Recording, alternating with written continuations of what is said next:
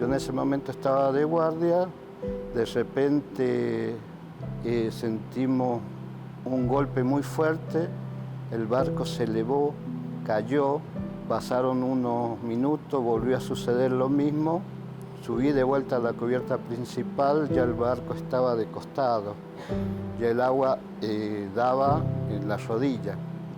Entonces, como nosotros habíamos practicado, cada personal, en cada balsa entraban 20 personas.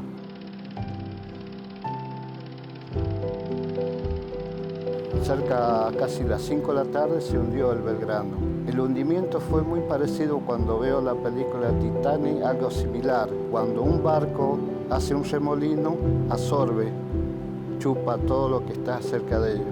En cambio, en el caso mío no, porque no hizo eso, se fue suavecito, porque se fue lleno el barco, entonces la mayoría nos salvamos también por esa situación. Y teníamos viento de más de 100 kilómetros, así entre 23, 24 bajo cero de frío, ¿no? Y llovía muchísimo. A mí me tocó estar casi 36 horas en esa situación, hasta que en la noche vimos a un barco con los reflectores, rompían el techo de la balsa, largaban una escalera de marinero y ahí iban rescatando. En la enfermería nos dieron un jarro de chocolate, estaba muy caliente. Yo le pegué 2 tragos, parecía que había tomado agua con hielo, o sea, ya casi estaba congelado. Nos encontramos con diferentes episodios.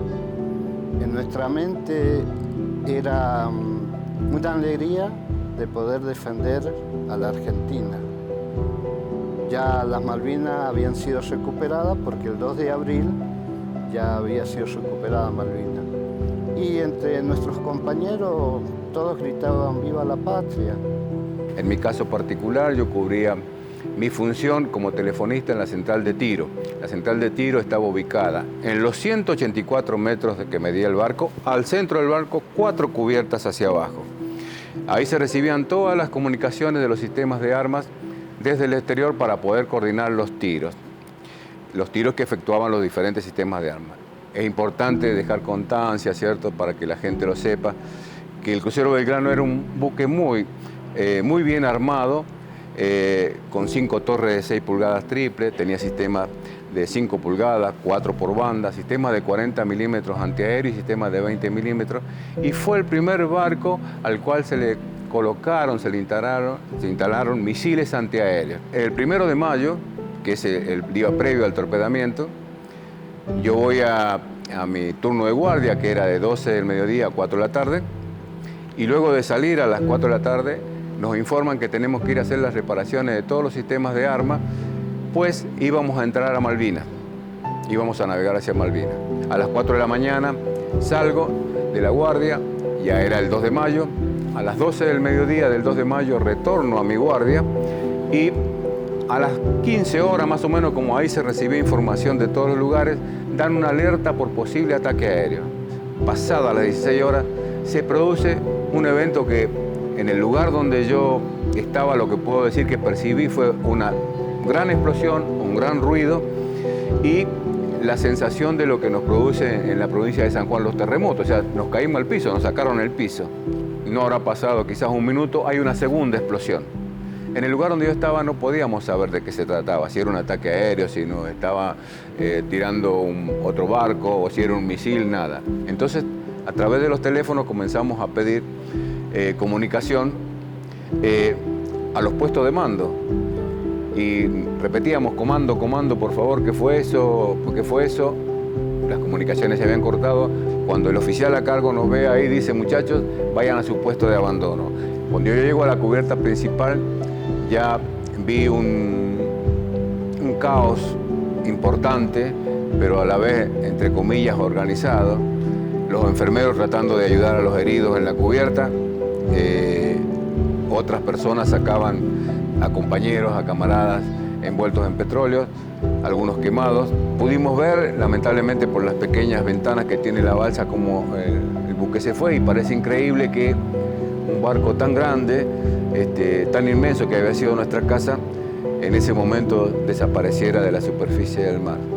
Si el barco que medía 184 metros de largo se movía, imagínense lo que se mueve una balsa que mide 5 por 4 metros. La lucha a partir de ahí es por la supervivencia.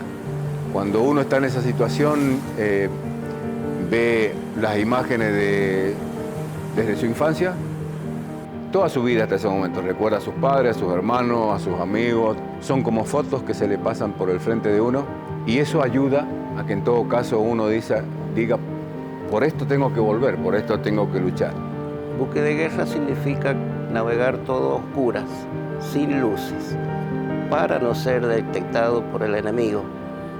El primer torpedo pega acá, que sería la zona de proa. Al pegar el torpedo en proa, eso se abre, digamos, queda como una compuerta. Entonces empieza a ingresar el agua y el segundo torpedo pega acá en la sala de máquinas, que ese fue realmente el fatal, ¿no? El fatal, lo cual queda el buque sin movimiento, también todo a oscuras. En mi caso personal, yo era maquinista.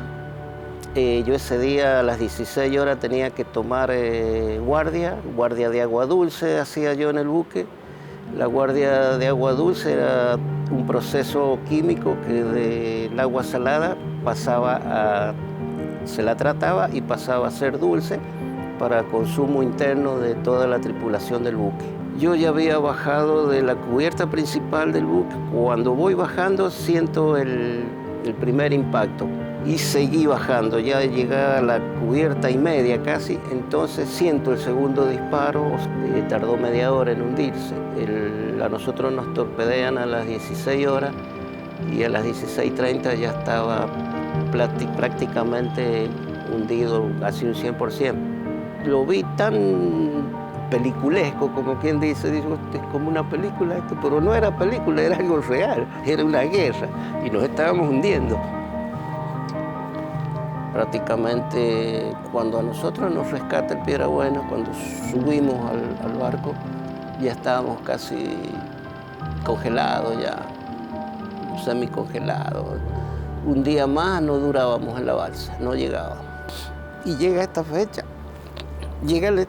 de que ella se aproxima el 2 de mayo y todo eso, y son muy fuertes, son muy duras para todo aquel soldado que combatió y luchó por su patria.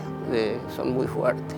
En el momento del ataque del crucero Belgrano, mi función era cubrir guardia en el puente de mando. Es decir, que el oficial que estaba a cargo del comando de la nave me daba las órdenes, yo las transmitía a través de los teléfonos hacia el resto. El vigía que teníamos en el techo del puente de mando grita que había visto una estela blanca al lado de babor, para el lado izquierdo del buque, de proa, es decir, frente al buque, ¿no? Que no sabía bien qué era esa estela, ¿no? Pero que era bastante grande y avanzaba a gran velocidad. Cuando quisimos acordar, exactamente 16 horas y 1 minuto, sentimos la primera explosión y es cuando se detuvo el movimiento del buque.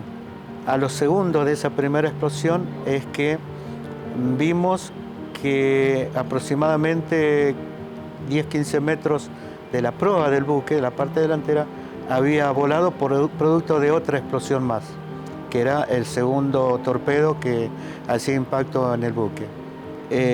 Sabíamos también de que en el dormitorio no se pudo salvar la gente porque se había escorado el buque de tal manera que las puertas, al ser tan pesadas y de hierro, no dejaban que se abriera. Estimamos que dentro de ese dormitorio habrían por lo menos no menos de 100 tripulantes que estaban descansando. En mi balsa nosotros tuvimos 7 sobrevivientes en esa balsa, una balsa para 20, y estuvimos casi 3 días a la deriva. Fuimos rescatados aproximadamente 5 de la mañana por un buque argentino, Gurruchaga. Sé que no nos juramos vernos después, pero sabíamos que ese momento no lo íbamos a olvidar nunca, y fuera de ese miedo que uno tiene, porque la verdad que el miedo es tremendo, y Dios estuvo presente siempre.